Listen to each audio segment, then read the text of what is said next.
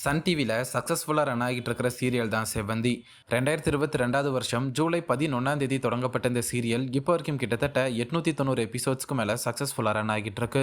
மேலும் இந்த சீரியலில் மெயின் லீடாக ஆக்ட்ரஸ் திவ்யா ஸ்ரீதர் ரொம்பவே சூப்பராக நடிச்சிட்டு வராங்க. இப்படி இருக்கிற நிலையில் செவ்வந்தி சீரியல் கூடிய சீக்கிரத்தில் எண்டாக இருக்குன்னு சொல்லி ஒரு தகவல் வெளியாகிருக்கு. வர்ற ஜூலை 12 செவ்வந்தி சீரியல் கிளைமேக்ஸ் எபிசோட் டெலிகாஸ்ட் ஆகும்னு சொல்லப்படுது.